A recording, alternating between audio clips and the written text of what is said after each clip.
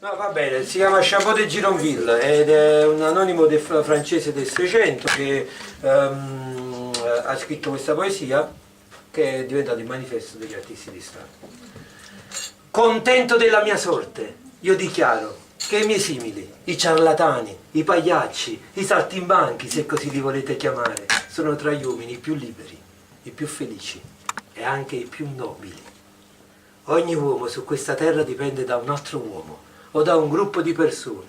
Egli è schiavo di un interesse o di un capriccio, molto spesso brutale e stupido, dal quale dipende il suo vivere e la sua felicità. Noi almeno facciamo la parade quando vogliamo, davanti a chi ci pare. Vivendo di poco, disdegniamo di mendicare gli applausi e l'eccessivo guadagno, sempre soddisfatti di quello che ci si dona, poco o molto che sia. Se le nostre pagliacciate non sono gradite in un paese, esse piaceranno in quello prossimo. Noi non dipendiamo dal pubblico che viene alle nostre fiere, poiché egli baratta un pezzo di pane con la nostra gaiezza.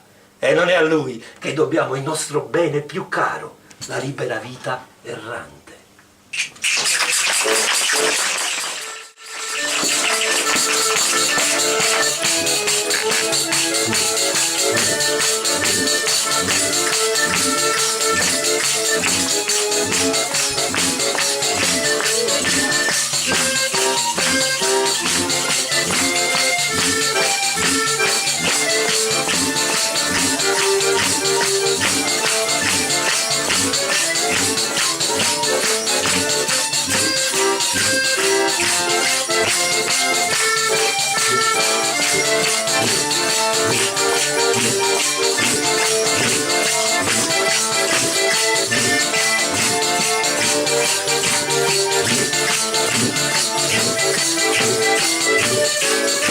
Cantanne a ballare ogni paese crediamo e fuoca finlandera pura vita c'abbiamo che la gente assai felice ride a balla c'auram e sempre insieme yamma tutti mai che stanchiamo e allora balla e canta insieme a noi a piacere da quando tu ti muovi yamma sento fino a te viene che stanotte voglio stare vicino a te rimane c'è damma e si può viene con me.